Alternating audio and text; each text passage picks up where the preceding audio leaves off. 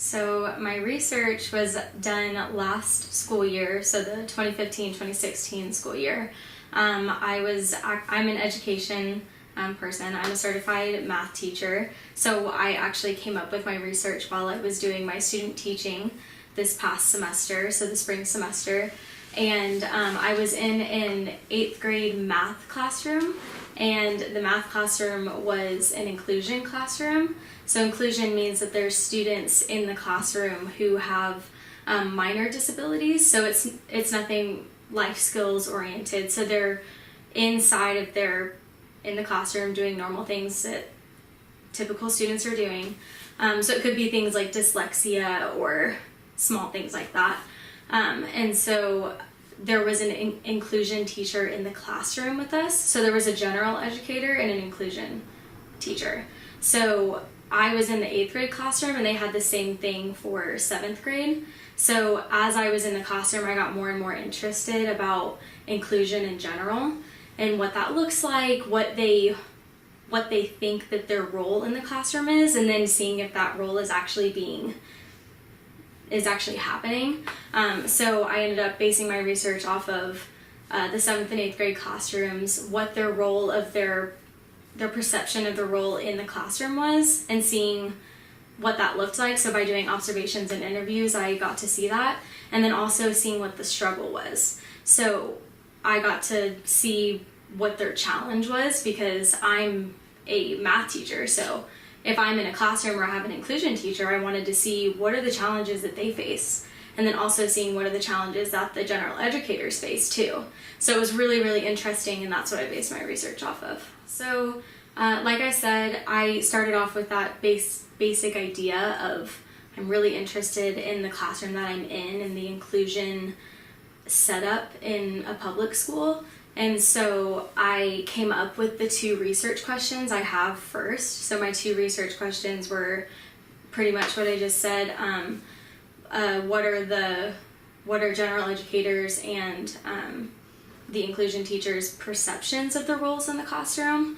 I first was going to do what are their roles in the classroom, but I wanted to see what they think that their role is, because I think that's very important. And throughout my research, I wanted to find out what is their definition of inclusion, because I would do some research and it was really hard for me to figure it out at first. So I was like, let's go straight to the source and see what they think it is. So I did my first research question based off that, and then I wanted to know what their struggles were and what their challenges were. So that was my second question.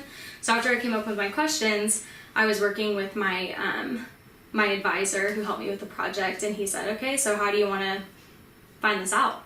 I was like, okay. So I'm in these classrooms every day. So I started off by doing an observation. So I decided to do an observation of the 7th and 8th grade classrooms. So I did an observation on a normal day where they're doing lecture or an activity or something like that. And then the second observation was when they were having a test that day. So I wanted to see what is the inclusion teacher's role and what is the general educator's role on a test day. So I did the observations first and then I did an interview, and I did that in that order because I didn't want the interview to skew how the observation went, because I was in the classroom with them, so I didn't want them to be thinking too hard about what they were doing. I just wanted to see what it was like on an average day for them. So when I did the interviews afterwards, I actually I recorded it and I transcribed them so that I had them for later. I also took notes during my observations. I took notes during the interview, just small shorthand things. And then after I collected all my data, I went ahead and compared. It was comparing similarities, differences, comparing just the atmosphere, what the teachers had told me. The teachers' backgrounds was another thing I also had a chance to compare and contrast. And so from that, I looked at all my data and I looked at my research questions again and said, okay, let's answer the questions. So that was kind of the process I went through. The biggest challenge was that I was in the 8th grade classroom all the time. So I it was really hard for me to do a one observation in that classroom because of my prior knowledge of being in the classroom every single day of that semester. Because I didn't do the observations until probably 3 months in.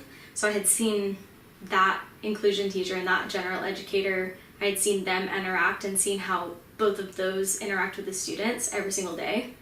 Whereas the 7th grade, I had been in the classroom once or twice just to see different math classrooms, but I hadn't actually done as much work in there. So I think that was a big challenge, was for me to remove my prior knowledge from my research.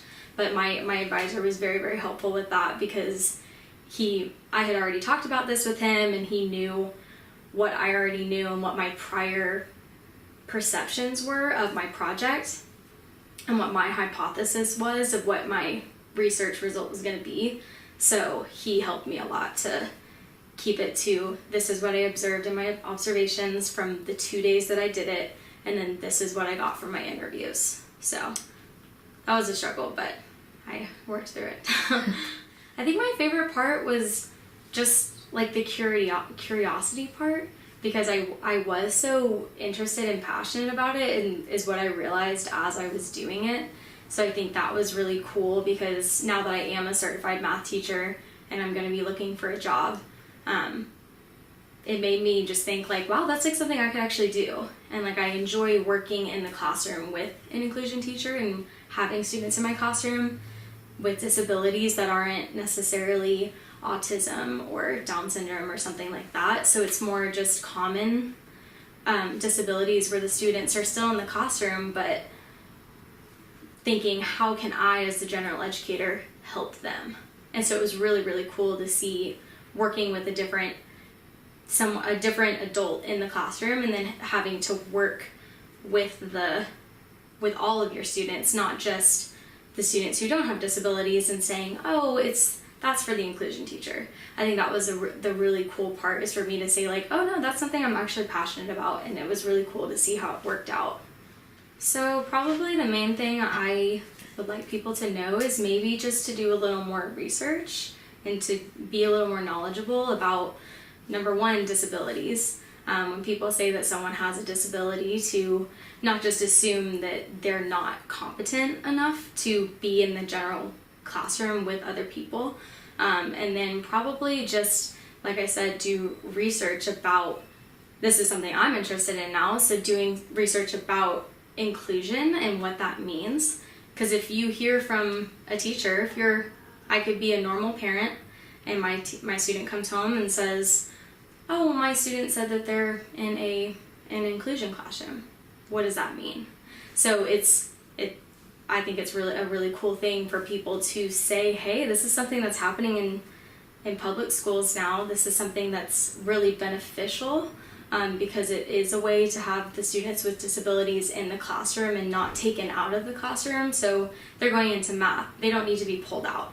They can work with the other students, and seeing the benefits of that, and seeing that they do have 2 different people in the classroom helping them, and seeing how that actually kind of plays out, because inclusion in general is defined in my research. So I think that's a good takeaway. I think my biggest thing was to find a professor that has the same passion as you do, and to not be hesitant to ask them for help. I found someone who he's a math ed professor, and I just thought, oh, he's too busy. He's too busy to help me with this. He's too busy for me to email him every couple days and asking questions and getting help from him. But he really made it clear to me that that's why he's here, is to help me and to share my passion with me and to work with me. Because one thing that he said once we finished was, wow, I learned a lot throughout this process. And he was like, thank you for allowing me to be a part of it. So I would say some advice would just be, don't be afraid to reach out to a professor to get some help, because they're here to help you, and find someone who has the same passion as you or not the same passion as you, because who knows, maybe they'll end up learning something too. So don't be afraid to go for it.